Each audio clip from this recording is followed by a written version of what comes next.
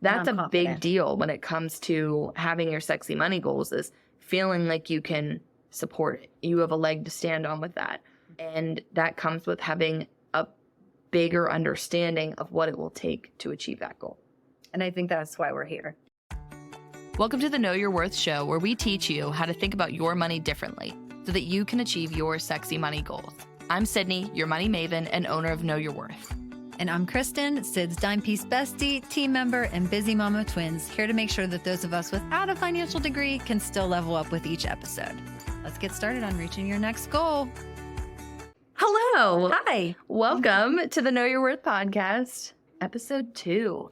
We did it. We did it. We're launching. We can wrap it up. Great. So on today's episode, we are going to talk about sexy money goals. What is a sexy money goal? Exactly. We're going to talk about what they are, what yours are, how you can determine them, what some of ours are. And again, sort of the premise of this podcast is to encourage you to establish and reach your goals, specifically financially, but almost any goal that you have has a financial component to it. Whether it's a fitness goal, a spiritual goal, a personal goal, a lot of it can have a financial side to it because it can give you more freedom. It can give you more freedom to do those. It can provide the trips to go on for your spiritual journeys. It can provide the tools and the resources for your fitness journey. And again, if it is truly money goals, then it's also money goals. But a lot of the times your money goals and your goals in life are very intertwined. So we are here to talk about sexy money goals and what they are. I'm ready. Yeah. Cool. I want to hear yours first. Okay. So a sexy money goal, like we say in our intro, like we say in our trailer, like we say all the time, if you've listened to some of the beginning tidbits of this podcast so far, a sexy money goal doesn't have to be a dollar amount. It doesn't have to be, I want to make $1 million. I want to make a salary of $100,000, or I want to have this dollar amount. It can be, I want to buy a home. I want to retire my parents. I want to help my partner with this medical bill or with this feat. The sexy money goal can be anything. It is truly yours. And it's sexy because it lights you up. It makes you feel really excited about the potential. It makes you think of a new kind of reality that if when you achieve this goal, you will just feel so empowered. You will feel so special. You will feel relieved, fantastic. Just all of those really positive adjectives that you can use to describe how you will feel when you achieve this goal. That's the sexy money goal. And again, it's not necessarily, I want to get promoted this year. I want to just have this dollar amount in my bank account. But if that's what your sexy money goal is, then that's fantastic. And we are here to help you get there in any way that we can. So yeah, that's kind of the premise of the sexy money goal, what we're talking about, where we're coming from. Some examples of my sexy money goals in the past have been to buy a house. And my real true goal was to buy a house before I had an apartment. So I wanted to be able to move out of my parents' house when I was 24. After college, I was home for 2 years and I wanted to move straight into a house. And that was a pretty audacious goal. It was really out there. That goal is not for everybody, but that was a goal that I had, was to be able to do that. If I found the right house and I was in the right environment, that I would have the funds necessary to do that. So that was one of mine. Another one was quit my job. Quit my corporate job and work for myself has always been a goal of mine for my whole life. Get my husband to be able to quit his corporate job and we can work together. We can travel together. We can go places, but we have the freedom to be able to do that. And eventually one of my big money goals is to buy our forever home, but also that forever home, I would love for my parents to be able to live with us eventually in that forever home. Like that's a big end all be all goal for me, is to be able to provide for my parents. And then I also have the classic sexy money goals. I want a Mercedes-Benz G-Wagon. I really want one of those. I did just get a new car this week, which is really nice. And I love my new car. I don't want to talk down about it. But there's always the classic ones too. And there's nothing wrong with any of those.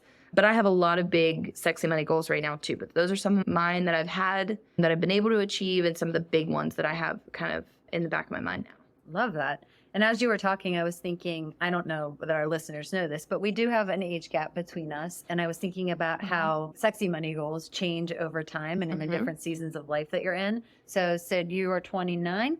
Yes, I'm 29. I might have said 28 before, but I'm 29. I'm 42. And so I feel like we are in different seasons of life right now. When I was 29, I also had the goal of I don't want to live in an apartment. Right out of moving out of my parents' house, I did move in with a friend for a year and paid rent to her in her house that she owned. And then I bought my own house in Altoona. Nice. And that was a big deal for me. Paying off my student loans just to be free of that was a big deal for me. And then I got married. And when you like join in another double income household. Yep. That's a whole different ballgame with money, which I'm sure we're going to talk about. And my goal at that time was to provide half of the household bills and things like that, but also to build a savings and things like that with my husband. And then we were completely derailed whenever we weren't able to have a baby traditionally, and we had to do IVF. And that is like buying a really expensive lottery ticket and not knowing how it's going to end.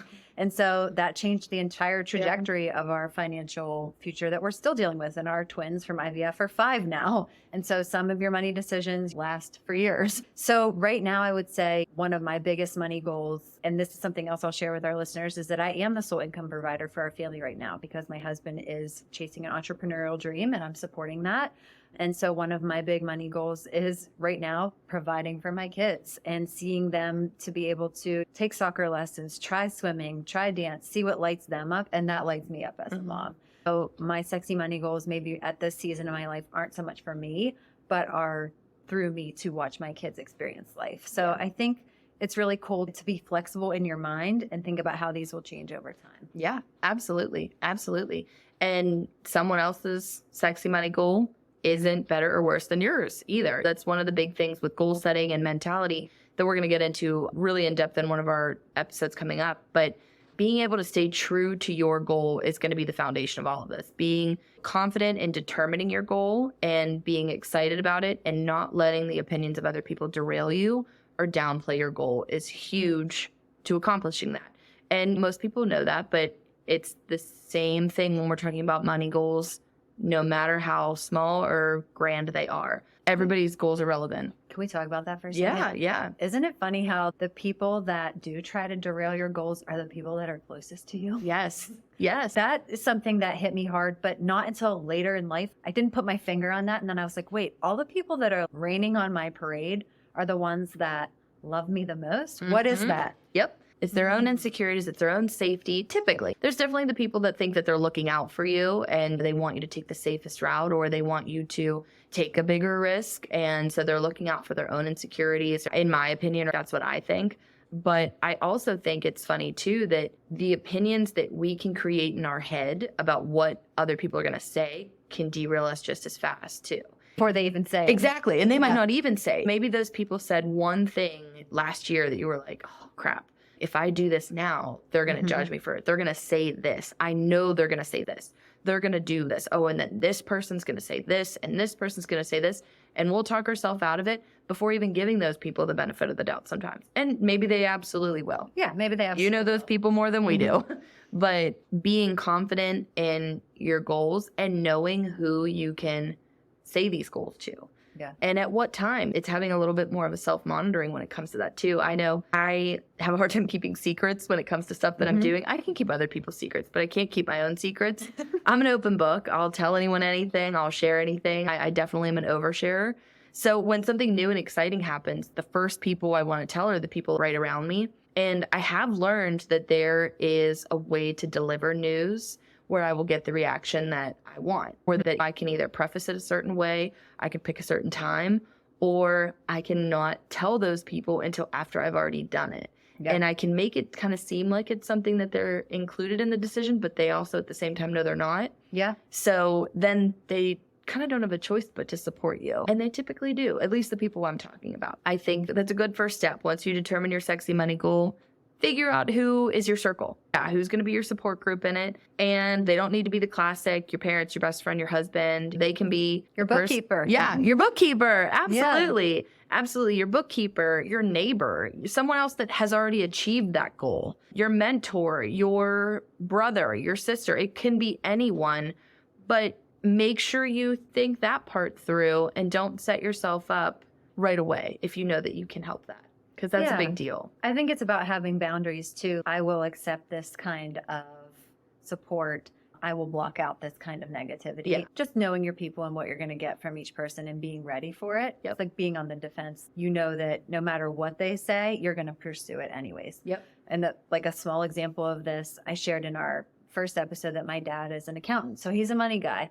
Ironically, I did not get any of that or retain anything that he ever taught me, but he grew up and learned in safety. Everything is safe. Corporate world is safe. This is safe. This is what you do with your money. So when I got into the educational system, that's very safe.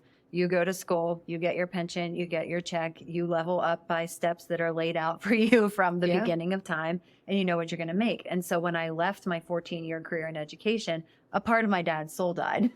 Like when I called and told him on the phone. Yep. And when I had to make that phone call, and I very much care, even at 42, what my dad thinks of me, I had to be ready to not be swayed. And it was the hardest thing I ever did because I am a people pleaser. What, you don't want me to quit my job? All right, Dad, you're right. I won't quit my job. But I did anyways. And so you have to realize too that like you're the person who lays your head on your pillow at night. My dad doesn't have to live with my decisions. He hasn't paid for anything for me in my life, not because he couldn't, because that's not, I don't want that. So it didn't matter what he said. It's my life to live. So you have to steel yourself against what other people might say. Oh, absolutely. Absolutely. And one of the best ways to do that is if you can support your decision with facts and figures and budgets, and you might not have Not all just of that. dreams and wishes. Yeah, but you can. Dreams and wishes can get you far. Determination, because dreams and wishes, they can turn into determination and hard work and grit. And absolutely, dreams and wishes can take you very far. But if you want to be prepared in a conversation and you want to be able to have something to support yourself in those conversations that you can rely on, but also to back you up whenever you get worried. Yeah. Budgets are huge. Projections are huge. And when I say budgets and projections, they can be as simple as, okay, I want to quit my job. This is what salary I need to support my life. This is what money literally needs to come into my bank account to net out positively with everything that's coming out of my bank account. Okay, I know that number. You know, it can be as simple as that. Start from there. How much money is coming out of your bank account? How much money needs to go into it in order to net positive? That's a simple starting point. There's a lot more factors that go into it, but at that level, you know, what's coming out, what's coming in, start from there. Okay, well, let's just put a round number of $50,000 is what you need to be making. So if you need to make $50,000 and you want to pursue starting your own business, are you selling a product or are you selling a service?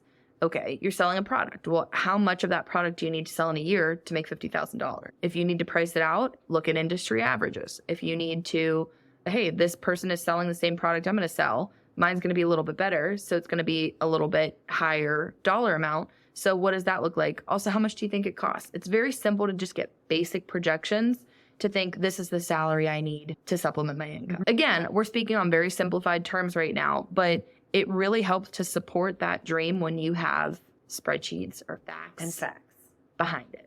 And that's why we're both here. Because you're spreadsheets and facts and I am dreams and wishes. Yes.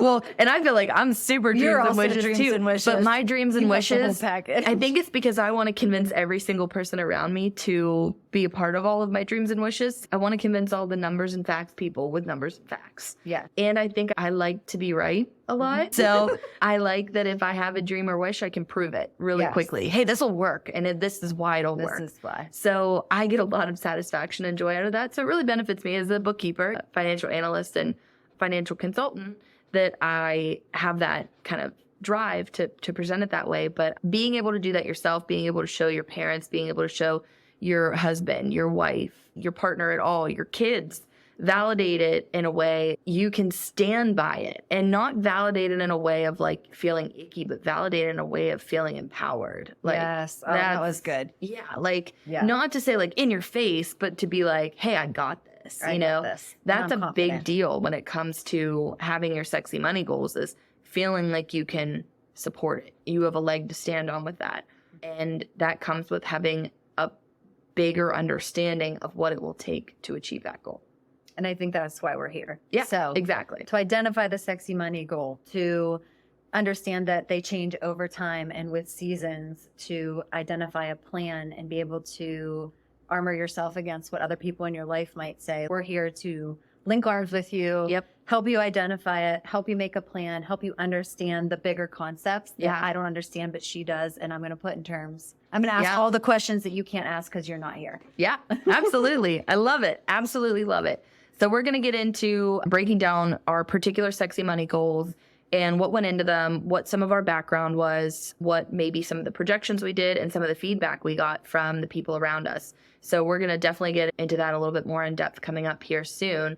But those are your sexy money goals. We want to hear about them. If you want to send us an email, info@knowyourworthpgh.com, and send us what your sexy money goals are. Comment on our Instagram pages. Leave comments on the podcast here too. Let us know what your sexy money goals are. And if you need help feeling validated in them, We feeling got you. supported, we're here for you. Yeah. Absolutely. Judgment-free zone on the sexy money goals. Yeah. Whatever you want. Get clear about them, write them down, let us know what they are, and we're going to help you achieve them. Yeah. Let's go. If you found a bit of inspiration in this episode for achieving your sexy money goals, click the subscribe button on your favorite podcast app or YouTube so that you never miss an episode.